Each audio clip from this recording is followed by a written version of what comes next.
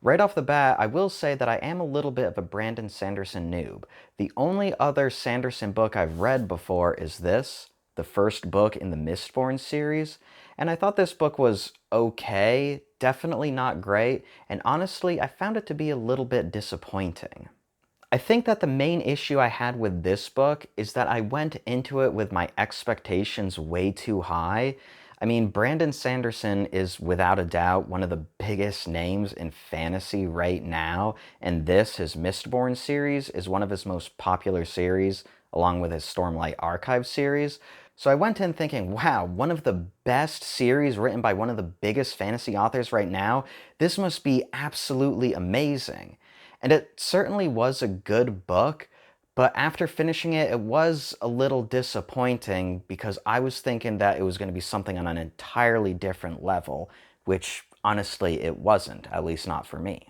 Well, I went into this book, Tress of the Emerald Sea, with my expectations much more in check, and honestly, I think that helped me enjoy the book far more than I would have otherwise if my expectations were as high as they were for Mistborn. And although these two books are completely different in both story and in tone, I found Tress of the Emerald Sea to be a better book, at least in my opinion, than the Mistborn book I read earlier last year. This is, of course, entirely subjective. It's mainly just based off of how much enjoyment I got out of reading this book, and I found this book to be more enjoyable than Mistborn was. And this book really has turned me more into a Brandon Sanderson fan than I was before. Tress of the Emerald Sea is one of 4 of the secret novels that Brandon Sanderson is going to be releasing this year, which led to the largest Kickstarter-funded project ever with over $40 million. I was originally supposed to get a physical book in the mail, but I guess there was some shipping issue that happened, so I ended up reading the ebook version instead. Since this is still a very new book, I'm going to separate out this video into different sections. First, I'm going to give a very quick overview of what the story is. Then I'm going to talk about my review from a non-spoiler perspective, and then I'll get into a few spoilers since there are some specific things that I want to talk about that have to do with the book, the story, and specifically the ending of the story. But please feel free to skip over that spoiler section if you want to go into this book blind, which honestly I think you should. It'll definitely help out your enjoyment of this story. So before getting into my review, let's first talk about what this story is all about. Well, without getting into any spoilers, I will say that it is about this girl named Tress who goes on an adventure to save a boy, Charlie, that she is in love with. Charlie has been captured by a sorceress. Now Tress must leave her home for the first time and sail the Spore Oceans, which leads to danger she has never experienced before to save the love of her life. So that's the gist of the story. Now we can talk about my review from a non-spoiler perspective. Quick update. So I actually just ended up getting the book today in this box, so I figure I might as well do an unboxing, that way you get to see what's inside while I do my video review. Let's get into it. And first, let's talk about the writing style. The best way I can describe this book is that it's a very whimsical story. There are numerous comedic elements to it, and although the story is very serious, it is told in this very light-hearted way, which I can definitely appreciate.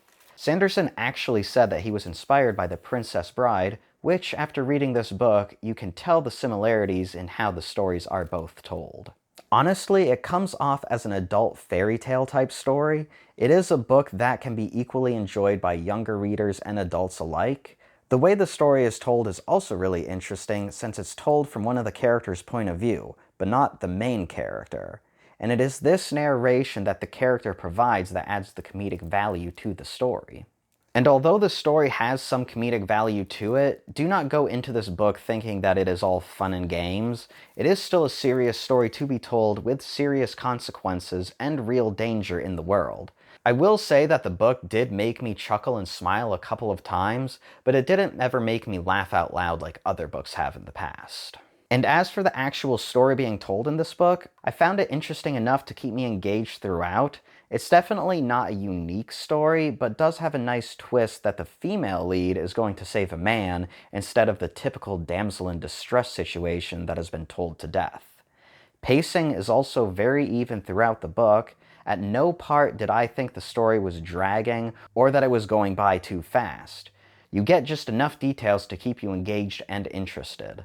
The real highlight of this book for me, though, was the characters. And not just the main character, Tress, but also the secondary characters and antagonists. They are all written incredibly well and are very interesting characters to learn about. Starting off with the main character, Tress, she's definitely not a Mary Sue type of character. While she does some incredible things in this story, she's not undefeatable. She doubts herself, she loses, she feels exhausted. She's a very real character who just happens to be placed in extraordinary circumstances. It makes her far more relatable than if she was some infallible hero. You can also see how much she changes from the beginning to the end of the story. She starts off as a nervous girl who is unsure of herself and what she is doing, but by the end of the book she is much more confident who, although she has moments of doubt, also knows what she must do to reach her goal. The secondary characters around Tress are also very well written and really help flesh out the story. At first, we, the reader, are not sure which of these characters to trust, if any of them, but as we learn more about them, their struggles, and how they interact with Tress, we start to see these characters for what they really are. They become an integral part to the story and to Tress as she develops as a character, and I really enjoyed learning about them and the relationships they develop with Tress. The antagonists of the story are also pretty interesting and pose a real threat to Tress and her story as well. Although I will say that I wish one of the antagonists was fleshed out a little bit more. I'll discuss more in the spoiler section, but I will say that the motives for one of the antagonists is kind of questionable, and we don't get to learn about this character and why they are doing the things they do, or why they are even there for that matter. The setting, which I always consider an equally important character to a story, is absolutely fascinating. The story takes place on a planet where the oceans are not made of water, but made of spores that fall down from the moons. And on the planet there are small islands that the people live on. The only way to traverse the planet is to sail these spore oceans. And without getting into any real details, these spores are a threat to the people of this planet. And this is actually one of the largest threats that Tress and the other characters will face in the story. I really like it when the world is just as large a threat, if not a larger threat, to the characters as the antagonists are themselves. It just adds an additional layer of tension to the story. And speaking of tension, there are some pretty intense parts to this story, with some large-scale action set pieces that will keep you turning the pages long into the night. It makes for a very quick read, and not just because the book is a page-turner, it's also not a super long book that overstays its welcome. Sanderson's prose is very easy to follow and makes for a very quick and easy read. I also appreciate it when books include artwork. There's not a ton of art included in this book, but the few pictures that are there are really beautiful, and it helps flesh out the world.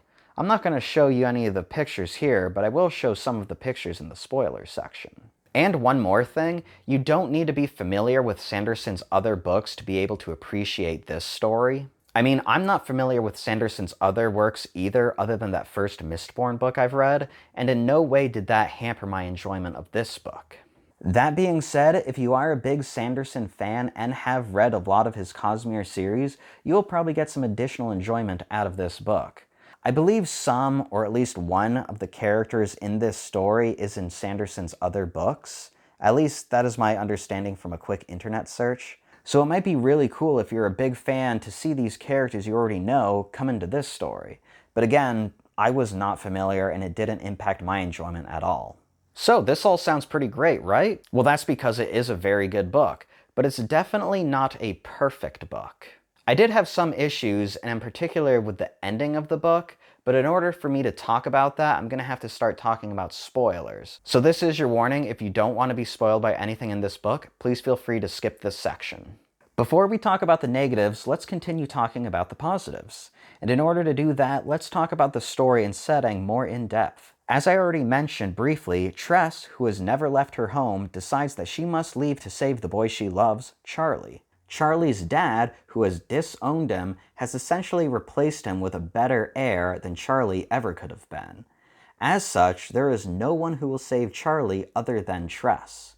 The fact that Tress's parents are fine with her leaving home and going on this adventure where she has a high likelihood of dying, I honestly thought was silly. I don't want to make it sound like Tress's parents were just like, oh, okay, you're going on this grand adventure where you have a high likelihood of dying? Alright, cool, good luck, bye-bye. They weren't exactly that easygoing with her leaving, but they certainly weren't as protective as I imagined they should have been. Sure, Tress is not a child anymore, but she's not a full-grown adult either. So the fact that the parents give in pretty easily to her leaving was a little odd in my opinion. It does foreshadow her character, though, by the parents essentially saying that once Tress puts her mind to something, no one can stop her, which, as we learn later on in the story, is 100% accurate. The only way for her to leave is by sailing the Spore Ocean. These spores, when exposed to water, react quickly and terribly. The spores in the ocean by Tress's home react by growing vines very quickly. So imagine inhaling a spore and all of a sudden you are suffocated from the inside as vines grow throughout your whole body. Pretty nasty stuff. And this is what I meant when I said that the environment poses just as large a threat, if not larger, to the characters than the antagonists of the story. And different kind of spores act differently when exposed to water. And that brings up a very interesting point. What about when it rains? Well, I was wondering that myself, and I'm glad that Sanderson addressed that concern. It does not rain everywhere, but in the one ocean where it does rain, it is a huge threat to ships, which is why ships tend to avoid that ocean. However, to get to the sorceress that has Charlie, Tress has to sail through this ocean. But I'm getting ahead of myself here. Tress is able to leave the island by stowing away on a ship. She is eventually captured by a crew and thrown in the brig. Here she meets a talking rat named Huck, who becomes one of her best friends on this adventure. Pirates attack the ship that she is on, and before the ship sinks, she is able to escape with Huck in hand. She walks across the Spore Ocean, trying not to inhale any spores, to the pirate ship that attacked, and starts to climb up. Normally, you can't walk across Spore Ocean because you would sink. However, when the seethe stops, the spores solidify. The seethe is a phenomenon that liquidates the spores by causing bubbles to rise from the ocean. This happens randomly and can last for a random length of time too. This just adds to the tension and really makes for a fascinating world. She makes it to the pirate ship and makes herself useful by mopping the decks. That way the pirates don't just throw her back overboard. And it is here on this pirate ship that we are introduced to all of the secondary characters in the story. And what I love about this is that at first, as the reader, we don't really trust these characters because, they are pirates, and who knows what they're planning and what their motives are. But eventually, we learn more about them. The captain of the ship, Crow, turns out to be one of the main antagonists of the book. She has spores living inside of her that is slowly killing her, but it also makes her essentially unkillable, not necessarily immortal though. She is using her crew for her own gain to cure herself, not caring about her crew or their safety. She only cares about herself. So we learn that the pirate crew is actually trapped by the captain, and once we know that, we start to trust the pirates because at this point, they are all in the same boat as Tress. Pun intended.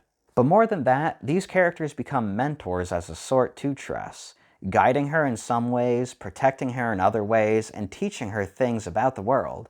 And as the reader, we really start to sympathize with the pirates and only want to see them get out from under Crow's control. Later on in the story, we learn that Crow wants to bring Tress to a dragon as a trade.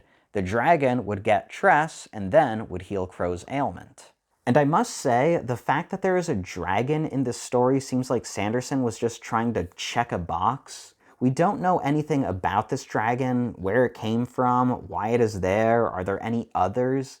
And maybe I'm looking for details that we don't necessarily need, but I like my books to flesh out details like this, so that did bother me a little bit. Once they arrive at the dragon, Crow forces Tress down to the dragon's lair. Tress is able to trick Crow and actually has the dragon keep Crow while Tress walks free and becomes the new captain of the ship, which at this point in the story nearly all the pirates want since she has proven herself as a strong character, but also as a kind and respectable leader. This is when we really start to see Tress mature and become confident in herself. Because, leading up to this point, Tress has been getting captured and losing fights, with the occasional victory, but finally she has this big win, and she won here because of her quick thinking, which honestly is the only way she could have realistically beat Crow. Once Tress is captain, she and the crew head toward the sorceress's lair to save Charlie, and it is the final climax and ending of this book where I had the most issues.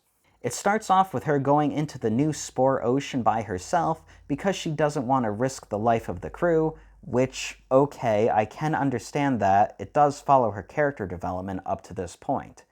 Well, she ends up getting captured and is sent to the sorceress's lair, which is technically exactly what she wanted.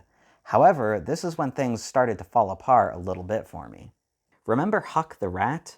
Well, it turns out that Huck was actually Charlie the whole time. He couldn't tell Tress this because of the curse, though, and I honestly found this twist to be a little too convenient. The fact that she meets up with Huck early on in the story by dumb luck, I mean, okay, maybe I can believe that since I guess Huck was trying to get back to his home and find Tress, but then also the fact that Tress just happened to also save his life, even though she was really close to leaving him behind. And again, maybe I can believe that because it does follow her character, but it just seems a little too convenient that both of those things happened. But then another thing that bothered me with the ending. The pirates come to save Tress. Okay, at this point Tress is trapped by the sorceress, but the sorceress is apparently too busy because she's shocked a ship has made it to her lair. In her distraction, Tress is able to warn the ship of hidden rocks beneath the Spore's surface. And she does this by talking into some tablet thing. Okay, how does she know how this thing operates? Well, by asking the tablet if she can talk to the ship, of course. And the tablet just lets her, and she's able to warn them. And again, this is way too convenient. The fact that the sorceress doesn't stop Tress before she can do this, and the fact that it was so easy for Tress to warn them, just kind of seems ridiculous. And maybe I'm nitpicking here. I mean, I probably am, but I am because the whole book was fantastic up until this point, and it's just a bummer that the ending kind of dropped the ball in my opinion. Does the ending ruin the book, though? No, of course not. It's not like the ending is terrible, it's still a good ending. It's just not as good as it could have been. One thing about the ending that I did like, though, was how Tress, as a character, comes full circle and finally asks for help. This is the first time she has done this in the story, and the fact that she finally realizes that she can't do this by herself and she asks for help, well, that part I really liked about the ending. It is also kind of funny because I guess she doesn't realize that the other characters have been helping her out the whole time, though. But this was the first time she actually asked for help herself. I do wish we got to learn more about the sorceress, though.